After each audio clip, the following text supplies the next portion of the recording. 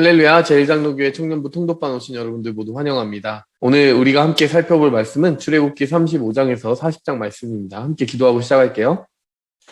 하나님 아버지, 감사합니다. 출애굽기를 통하여서 하나님의 나라가 무엇인지, 또 그 나라의 백성들에게 하나님이 원하시는 그 삶의 방식이 무엇인지 알려주셔서 감사합니다. 오늘 출애굽기의 이 마지막 시간을 거치는 동안 하나님께서 우리에게 깨우쳐 주신 모든 진리를 리마인드할 수 있도록 하나님 축복하여 주옵소서. 예수님의 이름으로 기도했습니다. 아멘. 네, 오늘 주시는 출애굽기 35장에서 40장 말씀은 이렇게 시작을 하죠. 자, 그 전에까지 이야기를 여러분들이 기억하실 거예요. 그 전까지 참 큰 갈등이 있었고요. 큰 위기가 있었습니다. 금송아지 우상을 만들어 버렸습니다. 산 위에서 모세는 하나님께서 주신 십계명을 받았고요. 첫 번째, 두 번째는 성막의 제도를 받았습니다. 그 밖에 여러 율법들을 받았는데요. 특별히 성막의 제도라는 것이 상징하는 바가 있었다라고 했어요. 여러분, 성막이 무엇을 상징했습니까? 하나님이 이들 중에 함께 계신다. 하나님의 임재와 동행을 상징하는 상징물이었습니다. 자, 그런데 그렇게 커다란 약속을 받고 내려왔는데 와보니까 금송아지 우상을 만들어서 섬기고 있는 거예요. 그 불신앙과 또 불순종 때문에 하나님이 진노하셨고 모세가 또 여러 번 오가면서 하나님과 백성들 사이에 중재자가 되어주죠. 물론 모세가 중재를 했기 때문이 아니라 하나님이 그들을 향한 끊임없는 은혜와 용서를 베푸시고자 하는 그런 작정된 계획이 있으셨기 때문에 결국에는 모든 관계가 다시 한번 회복됩니다. 처음에는 하나님이 뭐라고 이야기하셨냐면 내가 지금 당장 가나안 땅에 너희 들어가게 해줄게. 그런데 나는 같이 함께 갈 수 없어 라고 이야기를 하셨죠. 기억나시죠? 그런데 모세가 하나님이 함께 가지 않으시면 가는 것에 아무런 의미가 없습니다. 차라리 이 광야에서 다 죽게 해주십시오. 이렇게 이야기를 했던 것이고요. 결국에는 하나님께서 그 모세의 기도를 통하여 이 이스라엘 백성 중에 다시 함께 하시기를 선택을 하시고 또 그리고 광야 40년을 돌게 하셨죠. 여러분, 당장의 약속이 이루어지는 것보다 더 중요한 것은 하나님이 동행하는 것이다. 그런 내용을 우리가 이미 살펴보았습니다. 여러분, 다시 35장에 이제 성막에 대한 얘기가 나오는 거예요. 성막에 대한 얘기가 나온다는 것 자체가 그러면은 지금 이 커다란 컨텍스트 안에서 무엇을 의미하는 것입니까? 여러분, 하나님이 그들을 향한 계획을 다시 회복하셨다는 것을 의미하는 거예요. 여러분, 35장은 그러니까 회복의 시작이라고 보시면 됩니다. 35장에 보면은 온 회중을 모으고 안식일에 대한 그 규정을 주시고요. 자, 그 다음에 마음에 자원하는 사람들에게 예물을 바치라고 하는데 그 예물은 다 성막과 기구들을 만드는데 필요한 재료들을 이렇게 달라고 하시죠. 그래서 이 성경 말씀 오늘 35장에 보면은 예물을 명령하시는 하나님, 그리고 어떠한 기구를 만들어야 되는지 그런 내용들, 그리고 그 성막 건축에 필요한 모든 재료들을 누가 가져왔는지에 대한 내용들 여기에 이렇게 나오고 있습니다. 자, 그리고 그 재료들을 바탕으로 성막을 누가 짓게 될지에 대해서도 나와 있는데 여러분, 우리가 잘 아는 두 사람의 이름 나오죠. 부살렐과 오홀리압입니다. 자, 이 퀘스천 다시 한번 여러분들께 한번 던져보도록 하겠습니다. 출애굽기 25장에서 이미 성막의 모든 제도에 대해서 하나님은 산 위에서 모세에게 말씀하셨는데 이 내용이 35장에서 다시 반복된 이유는 무엇입니까?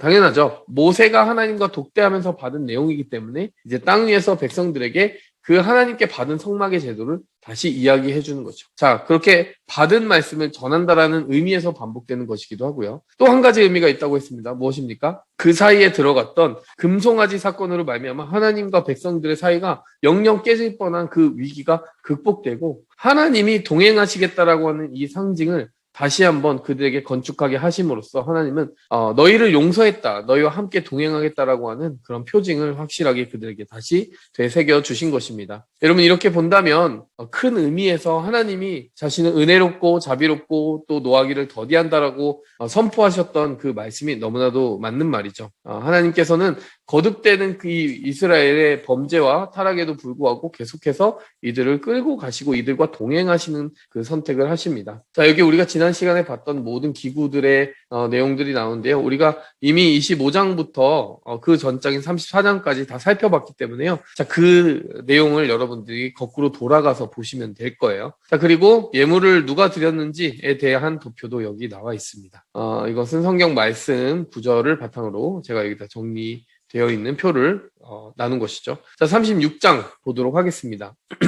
표제는 함께 하심이에요. 여러분, 성막 자체를 한 가지 메시지로 요약한다면 함께 하신다라는 거라고 얘기한 거죠. 자, 그리고 여러분 신약 시대에 와서 이 성막은 누구를 가리키는 것이에요? 예수님 자신을 가리키는 것입니다. 그래서 예수님이 우리 중에 함께 하신다라고 하는 것을 우리는 무엇이라고 하죠? 하나님이 함께 하신다라고 하는 그 의미를 담은 단어가 있는데 임마누엘이라는 단어 아시죠? 임마누엘로 오신 예수님이 바로 이 성막을 통해서 나타내신 하나님의 성품과 또 하나님의 하실 일에 대해서 그대로 이루신 것이죠. 자, 36장에서 어떤 이야기들이 있느냐? 36장에서는 이제 부살렐과 오홀리압 그리고 지혜로운 모든 사람들 이렇게 1절에 나오죠. 그 사람들이 하나님의 명령하신 그 규격과 제도대로 성막을 만드는 그런 역할을 하게 될 것이라고 이렇게 나옵니다. 그 사람들을 부르는 장면이 나오죠. 자, 그런데 참 예물을 바치라고 했는데 그 예물이 너무 많아요. 막 자원한 예물이 너무나 많은 것이죠. 야, 그도 그럴 것이 그 전에 하나님께 그렇게 심각한 범죄를 저지르고 슬픔에 빠져 있던 이 백성들이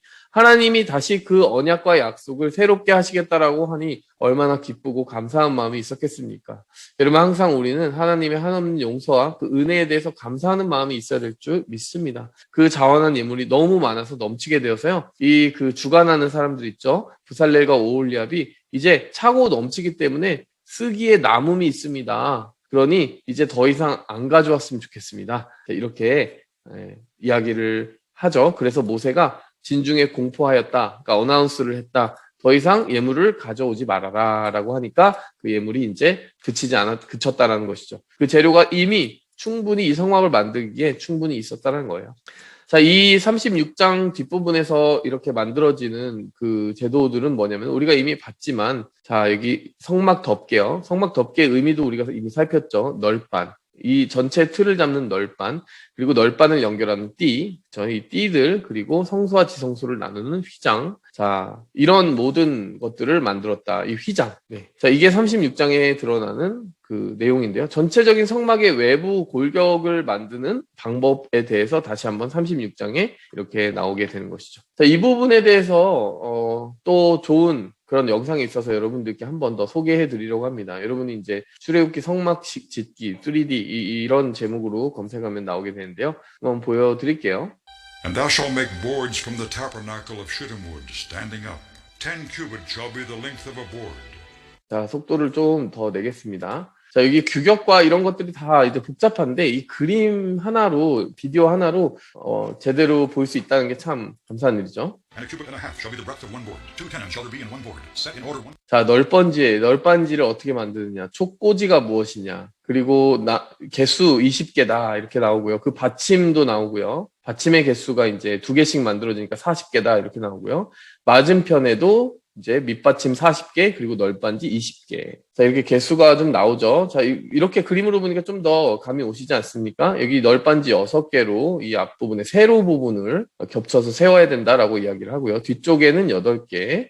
아카시아 나무로 만들라. 네, 조각목이라고 나와 있습니다. 자, 이렇게 널빤지를 꿰는 이렇게 가로다지 5개. 네, 뒤쪽에 있는 널빤지를 꿰는 가로다지 5개. 이렇게 지금 여기 나무 보이시죠? 이 고리를 향해서 이렇게 도는 고정시켜주는 용도로 이렇게 가로다지, 세로다지 이렇게 나와 있죠. 자, 이렇게 들어갑니다. 널빤지에 금을 입혀야 되고요. 모두 여기에 있는 재료들은 다 금으로 입혀야 됩니다. 그러면 이게 무엇을 가리키는 것입니까? 예수님의 신성을 가리키는 것이죠. 자, 산에서 보여준 대로 성막을 만들어라. 자, 그리고 성소 덮개에 대해서 이렇게 규격이 있습니다. 자, 맨 처음에 이 빨간색, 파란색, 그리고 흰색, 금색 이런 것들이 있다라고 했잖아요. 여러분 자색, 붉은색, 청색, 흰색, 금색이 아니네요. 그렇죠? 이게 예수님의 그 성품을 각각 가리키는 색깔이라고 제가 이미 말씀을 드렸습니다. 흰색은 순전하심, 죄 없으심, 그리고 푸른색은 창조주, 그리고 붉은색은 희생하시는 그 피 흘리심, 그리고 자색은 무엇입니까? 왕의 색깔. 자, 그 위에 염소털이 그 다음에 염소 덮개가 덮여지는데, 네, 그것이 또 속죄를 위해서 드려지는 예수님의 모습, 그리고 붉은 양의 덮개, 그것도 예수님이 피 흘리신 희생을 하실 것에 대해서 가리키는 것이고요. 맨 마지막에 해달의 가죽. 해달의 가죽은 사실 좀 거무튀튀해야 돼요. 그러니까 아주 볼품없고 인간의 그 모습과 너무 닮아 있는, 그저 완전한 인간으로 오신 그 예수님의 모습을 보여주는 것이죠. 어떤 화려한 금박으로 되어 있을 법한데 그게 아니라 가장 바깥에 그렇게 검은 해달의 가죽으로 덧입혔다는 것이죠. 자, 그리고 이렇게 밑받침, 기둥, 자, 이렇게 여기에 뭐 고리들이 어떻고 하는 것들이 여러분 이 비주얼라이즈가 잘 돼 있습니다. 기둥 20개, 그리고 기둥에 달 고리들. 뭐 텐트를 치면 여러분 이렇게 그 선으로 다 줄로 박아야 되잖아요. 고정을 해야 되잖아요. 이렇게 그 앞에 뜰을 만드는 그런 울타리를 어떻게 만드는지에 대한 방법들이 여기 나와 있는 것이죠. 자, 여기에도 네, 이 막을 드리울, 네, 갈고리, 밑받침 모두 노쇠로 만들어라 뭐 이런 것들이 나오고요. 자, 여기 보니까 등불이 꺼져서는 안 된다. 이 성소의 안에 들어가면 등불이 있지 않습니까? 그것이 영영 꺼지지 않도록 계속 피워야 된다는 것이죠. 네, 그 등불이 꺼지지 않도록 해야 되는 게 아론과 그 제사장들의 역할이다. 자, 이런 하나님의 영영한 그 말씀 있었습니다. 자, 그리고 번제단에 대해서 나오는데, 자, 그것은 이제 37장의 내용을 말하는 것이죠. 자, 신앙생활 101이라고 제가 얘기를 했는데요. 여기 그 등잔대와 번제단, 이렇게 그 성소에 들어갔을 때 지성소 안에 있는 법궤와 그리고 진설병상, 그리고 분향단. 이게 바로 신앙생활의 기본을 가리키는 상징들입니다. 네. 언약궤는 무엇을 상징하느냐? 여러분, 여기에 들어가 있는 그 물품 때문에 이것 자체가 예수님이 하실 그 일들에 대해서 가리킨다고 했습니다. 아론의 쌍난 지팡이가 길을 짚는 것이니까 기적적인 하나님의 인도하심. 자, 그리고 십계명 두 돌판이 들어가는데 그것은 진리의 말씀이기 때문에 진리를 가리키는 것이고요. 그 다음에 만나가 들어간 항아리도 그 안에 넣어놔야 되는데 그게 뭡니까? 여러분, 하나님의 공급하심. 생명이라고 볼 수 있죠. 자, 그것을 각각 여러분 개념화 시키면은 무엇입니까? 길과 진리와 생명이에요. 지팡이는 길이고 십계명 두 돌판은 진리고 그 다음에 항아리에 든 만나는 먹어야 사니까 생명이죠. 길과 진리와 생명. 무엇입니까? 예수님이죠. 여러분, 예수님에 대한 그 코드가 여기 들어가 있는 것입니다. 이게 지성소에 들어갈 물품이고요. 그 위에 이렇게 그 그룹, 천사를 그룹이라고 하는데요. 체로빔이라고 합니다. 이렇게 속죄소라고 하는 덮개를 만들어서 덮는 것이죠. 자, 여기에 그 떡상은 어떤 의미를 가지고 있다고 했죠? 사람이 떡으로만 사는 것이 아니요 하나님의 입에서 나오는 말씀으로 살 것이니라. 자, 이 떡상은 12개의 그 떡을 올려놓는 곳인데 하나님 앞에서 살아가게 될 우리 12지파들이 하나님이 주시는 말씀으로 살아가라라고 하는 의미를 갖고 있다고 했어요. 자, 그 맞은편에 무엇이 있습니까? 이 그 등잔대가 있죠. 이 등잔대는 계속 꺼지지 않는 빛으로 여기에 채워놔야 된다라고 아까 이야기를 했죠. 그것은 빛으로 오신 예수님을 상징하는 동시에 사실 거기에 담겨 있는 그 기름 부음과 모든 걸 생각했을 때 성령의 기름 부음도 상징하는 것입니다. 그래서 여러분 제가 무슨 말씀을 드렸죠? 지난번에 성령의 기름 부음으로 말씀을 이해해야 제대로 깨닫게 된다 이야기를 했죠. 그게 성소에 들어가는 물품이었고요. 성소에 들어가는 마지막 물품이 무엇입니까? 이 분향단이죠. 이 분향단은 계속 향기가 올라가는데 이게 무엇을 상징한다고 그랬죠? 성도들의 기도를 상징한다고 했습니다. 요한계시록에 금 대접에 이렇게 담겨 올라가는 향에 대해서 이것은 성도들의 기도다라고 말씀이 밝혀주는 것을 보게 되면 자, 이게 의미하는 게 기도라는 걸 알 수 있죠. 한마디로 말하면 말씀으로 살아야 됩니다. 성령의 기름 부음으로 살아야 됩니다. 우린 기도하며 살아야 돼요. 여러분, 우리의 신앙생활이 건강한지 아닌지를 볼 수 있는 이 성소의 물품을 보면 안다는 거죠. 내가 얼마나 하나님의 말씀을 가까이 하고 있느냐. 내가 얼마나 성령 충만한 삶을 살고 있느냐. 내가 얼마나 기도하고 있느냐. 이게 우리의 신앙생활의 101, 기본 중에 기본입니다. 이게 성소에 들어갈 물품에 고스란히 나와 있죠. 자, 이 뒷부분에 성막의 제도에 바로 이걸 어떻게 만드는지가 나와 있고 37장에 바로 그것을 보여주는 거예요. 자, 보시면 내 귀퉁이에 뿔을 만들어 붙여야 됩니다. 뿔이 있고요. 제단에는 노쇠를 입혀야 됩니다. 노쇠. 이거는 지금 저기 뒷부분에 나오는 이거네요. 번제단에 대한 얘기네요. 번제단. 네. 번제단까지 함께 그냥 한꺼번에 보죠. 이건 38장의 내용입니다. 이렇게 노쇠로 만든 고리 4개를 제단에 이렇게 쌓고 널빤지로 만들고 아카시아 나무로 이렇게 고리에 꿰입니다. 전부 다 노수로 만들어요. 왜냐하면 금으로 만들면 다 녹아버리잖아요. 그렇죠? 자, 산에서 보여주신 대로 이렇게 만들라는 명령이 있었죠. 노쇠로 만든 물두멍. 자, 이것도 역시 이 바깥에 뜰에 있는 물품입니다. 자, 제가 지금 아까 보여드린 37장이죠. 37장에서의 물품들은 이 성소 안에 있는 물품들을 먼저 보여드린 거고요. 성소 밖에 있는 물품들이 지금 영상에 나오고 있는데 이 번제단은 어떻게 만드냐, 물두멍이 뭐냐 이런 거를 지금 영상에서 먼저 보여주고 있죠. 네, 순서가 조금 다릅니다. 하지만 뭐 그대로 한번 따라가 봅시다. 이 그 물두멍에는 물이 담겨져 있고 이게 거울처럼 비친다고 해요. 그래서 아론과 또 제사장들이 성소에 섬기러 들어가기 전에 자신을 살피고 깨끗하게 해야 된다는 것을 나타내는데 여러분 왕 같은 제사장이 우리 모두가 사실은 제사장이거든요. 영적으로 지금 이 시대에는. 그렇다면 우리도 날마다 짓는 죄를 이렇게 깨끗이 씻고 들어가야 된다는 것을 의미하는 것이죠. 자, 여기에 물이 담겨져 있고요. 등잔대에 대한 그런 규정들이 지금 나와 있죠. 네, 이게 제가 말씀드린 37장에 있는 물품들을 만드는 방법들이죠. 이렇게 6줄기로 만드는 것이고, 네, 살구나무 가지의 모양을 닮아 만들어져야 되고, 이 꽃받침들을 여기다가 세밀하게 다 만들어야 되고, 한 덩어리 순금으로 입혀서 만들어야 된다. 네, 자, 거기에 있는 뭐 이런 기구들, 불을 끄고 불을 담고 이런 것들도 다 여기 만들어야 되고요. 자, 지금 이건 진설병상입니다. 진설병이라는 거는 하나님 앞에 진설해 놓는, 병이라는 거는 떡병이죠. 떡상이죠, 떡상. 거기 이제 금을 입히고 도금을 하는 장면, 금고리 4개를 만듭니다. 거기에 이렇게 뜰채를 끼워 놓는데 저건 빼지 않아야 돼요.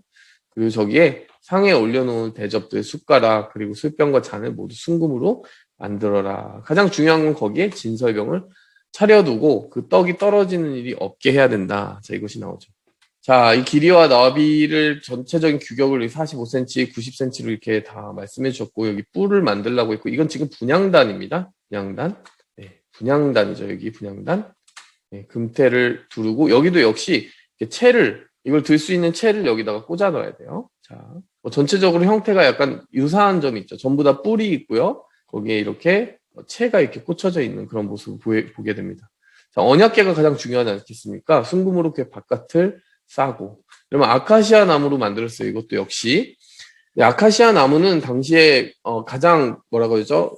쓰이지 않는 나무였다라고 해요. 그러니까 어떤 평범한 인간으로 오신 예수님을 가리키는 것이고요. 그것을 금으로 감쌌다는 것은 그분이 신성을 가지고 있다라는 것을 의미하기 때문에 신성과 인성을 가지고 계신 예수님을 나타내는 것이죠. 여기도 역시 고리가 이렇게 붙게 되고요. 거기 고리에 끼워질 채가 있고요. 거기 십계명 2돌판이 들어갑니다. 네. 뭐 십계명 2돌판만 들어가는 게 아니라 다른 물건들 제가 설명드렸죠. 자, 이 위에 뚜껑을 우리가 속죄소라고 하는데 이렇게 천사의 형상을 만들어 놓고 덮는 것입니다. 자, 이것이 어떻게 그걸 만들어야 되는지에 대해서 성막을 짓는 그 규격에 대해서 말씀하는 영상이죠. 자, 근데 순서가 약간 달랐죠. 순서가 지금 그 38장의 물건들을 먼저 보여주고 이제 37장의 물건들을 보여줬는데 실제 이제 출애굽기 37장에서 보면은 이 성소 안에 있는 물건들에 대한 규격을 먼저 이렇게 설명해 줬습니다.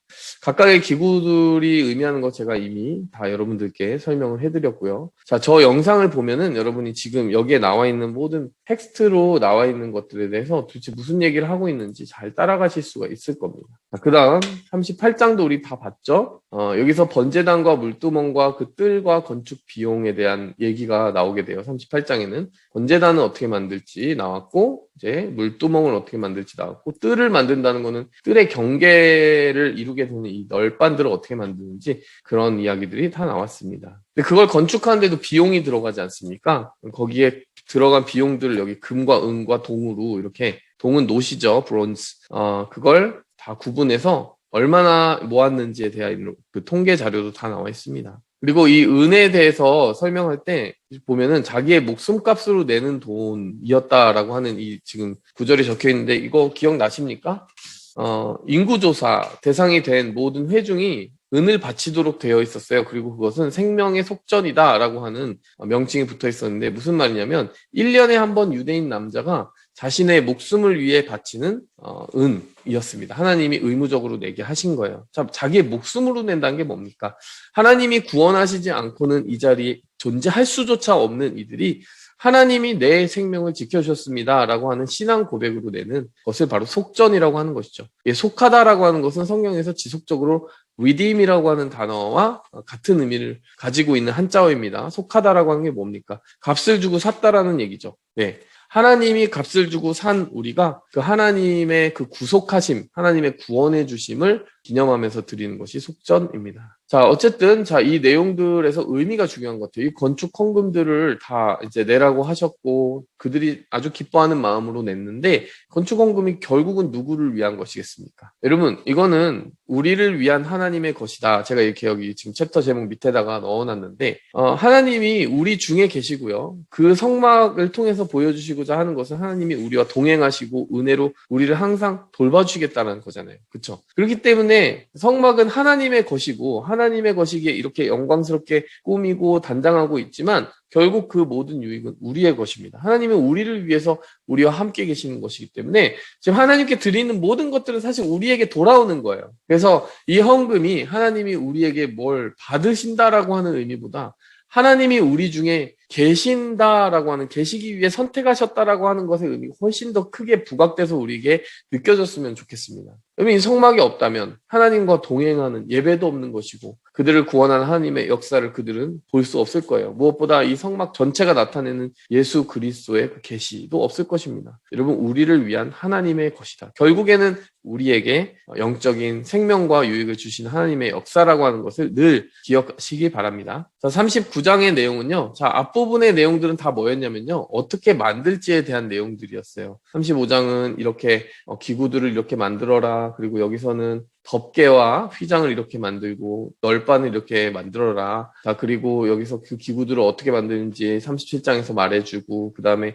그 뜰에 있는 기구들은 어떻게 만들지에 대해서 가르쳐 주셨는데 39장에서는 뭡니까? 실행했다는 얘기예요. 명령대로 하신 대로 다 실행을 했고 또 한 가지가 나오죠. 여기에 그 제사장의 의복에 대한 얘기가 나오는 거죠. 제사장의 의복은 무엇입니까?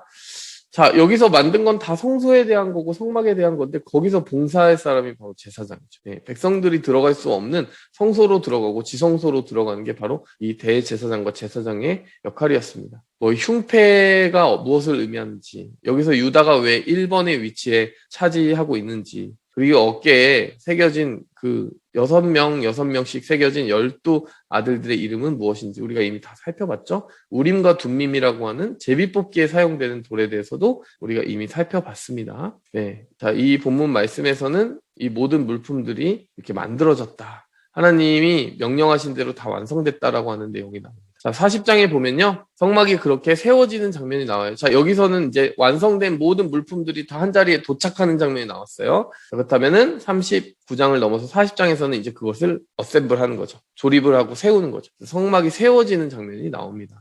여러분이 그냥 보시면 돼요. 그것은 말씀에 그대로 나와 있습니다. 자, 그런데 하나님의 영광이 그 다 만들어진 성막에 충만하게 임하였고요. 그리고 어떤 사건이 있었냐면요. 자, 모세도 그리고 제사장도 그 영광이 가득한 성막에 들어갈 수 없었다라고 하는 게 마지막에 나와 있습니다. 보세요. 35장 모세가 회막에 들어갈 수 없었으니 이는 구름이 회막 위에 덮이고 여호와의 영광이 성막에 충만하였음이기 때문이다. 여러분, 이것은 무엇을 시사하는 겁니까? 여러분, 지금까지 성막을 건축하는 주체는 누굽니까? 사람의 손이죠. 오홀리압 이런 사람들이 다 주관해서 만든 거잖아요. 부살렐이 만든 거잖아요. 모세가 명령을 따라서 사람들을 이렇게 부른 거잖아요. 사람이 만든 것입니까? 아니라는 거예요. 사람이 만든 것처럼 보이지만 그 모든 것의 제도를 알려주신 것도 하나님이시고 그것이 왜 필요해야 되는지 의미를 알고 계시고 알려주신 것도 하나님이세요. 결국 성막의 주인은 사람의 손으로 만들어진 성막이라 할지라도 하나님의 것이라는 거예요. 그래서 여러분, 사람이 만들었는데 여기 제사장들 모세도 못 들어가요. 하나님만 들어갔어요. 물론 이건 지금 처음 성막이 세워진 그때만 일어난 일이고 그 후에는 이제 들어갈 수 있었지만 처음 만들어지고 나서 하나님의 영광이 가득 임했을 때 하나님이 먼저 들어가셨다는 걸 의미하는 거예요. 완성된 성막에 하나님이 먼저 들어가셨다는 거죠. 우리가 집을 사게 되면 클로징을 한다고 그러거든요. 그 집 주인이 먼저 키를 가지고 문을 열고 들어가게 되어 있습니다. 집을 사는 과정을 에이전트가 도와주고 집을 누가 세웠고 누가 시공했고 이건 아무 상관없어요. 주인이 그 집에 먼저 들어가는 것이 당연한 룰인 거예요. 주인이 그 집을 소유했기 때문이죠. 이 성막이 다 완성되었을 때도 모세조차 먼저 들어갈 수 없었고 하나님이 먼저 들어가셨다는 것은 성막의 주인이 하나님이시다. 이것을 보여주는 거죠. 자, 건축의 순서도 유념해 볼 만한 것이 있습니다. 자, 이것은 40장 전체 구조가 이렇게 되어 있어요. 1장에서 15절, 16장에서 33절. 제가 위아래로 이렇게 빨간색, 파란색으로 색깔을 구분해 놨는데 여러분이 한번 자세히 읽어보세요. 자, 1절에서 15절은 명령하신 내용이고요. 16절에서 33절은 그 명령대로 만든 모세의 그 액션을 나타내고 있습니다. 그러니까 명령하셨고 따랐다. 이 내용이에요. 그렇죠? 그 내용인데 제가 이제 주목하고 싶어 하는 것은 만들어진 그 물품들의 순서입니다. 다 보세요. 성막을 세워라. 근데 증거궤가 뭡니까? 언약궤죠. 그 다음에 그 언약궤를 둘러싼 지성소 휘장을 만들라는 거죠. 여러분 이제 그림을 상상하시고 계시죠? 자, 그 다음에 떡상은 어디 있는 겁니까? 등잔대는 어디 있는 겁니까? 다 성소에 있는 거잖아요. 그렇죠? 그리고 그 다음에 금 분향단도 어디 있습니까? 다 성소 안에 있는 거죠. 자, 지성소의 물품을 먼저 말했고 그 다음에 성소로 왔습니다. 자, 그 다음에 어디입니까? 번제단, 그리고 물두멍. 여러분, 이거는 어디 있는 겁니까? 뜰에 있는 거죠. 자, 그 바깥으로 울타리와 휘장, 정문에는 막을 들이우고. 자, 그리고 관유, 어노인팅 오일로 여기 있는 모든 기구들을 다 성막을 발라서 거룩하게 해라. 그리고 그 성막에 출입할, 성소에 출입할 아론과 그의 아들들을 거룩하게 구별하고 옷을 입혀라. 자, 이 내용대로 그대로 순서가 진행되는데요. 순서가 왜 중요하냐면, 여러분, 여러분, 건축물을 설명할 때 어디부터 보통 설명하게 될까요? 건축물을 설명할 때 이 성막 자체를 전체를 이제 조감도를 보면은 사람의 입장에서 보면은 이 문을 들어가면서 어떻게 생겼고 그 다음에 번제단이 어떻고 그 다음에 물두멍이 어떻고 그 다음에 성소에 들어가서 여기 이제 진설병상 분향단 이제 등잔대가 어떻고 그 다음에 제일 마지막에 여기 있는 언약궤를 설명하게 되지 않습니까? 근데 그게 아니었다라는 거예요. 하나님이 설명하신 그 제도의 순서를 보면요. 언약궤 먼저 설명해 주셨고 그 다음에 떡상, 등잔대, 그 다음 분향단을 설명해 주셨고 그 다음에 여기 성전 뜰에 있는 번제단과 물두멍을 설명해 주셨고 그 다음에 이 뜰을 경계 짓는 모든 휘장들을 설명해 주셨습니다. 자, 이 순서가 왜 중요하냐면 여러분 누구의 관점에서 쓰여진 거예요? 이건 한마디로 말하면 하나님의 관점대로 쓰여진 것입니다.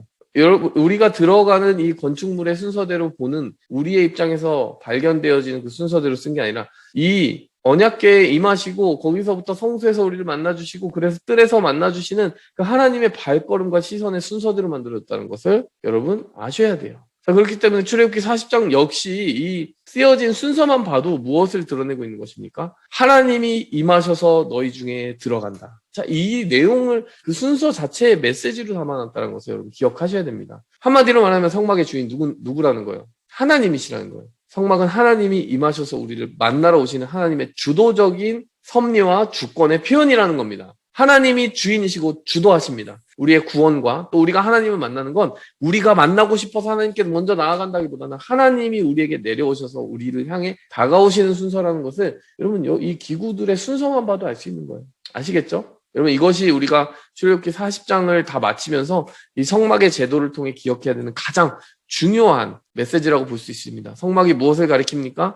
우리와 함께 하시고자 선택하시는 하나님의 그 크신 은혜. 죄 많고 우상숭배에 빠지는 그 이스라엘 백성들에게도 다시 한번 성막을 그들에게 알려주시고 성막을 짓게 하신 하나님의 그 용납하심도 보여줄 뿐만이 아니라 그 모든 과정 가운데 보여주신 것은 하나님이 그 모든 과정의 주인이시다.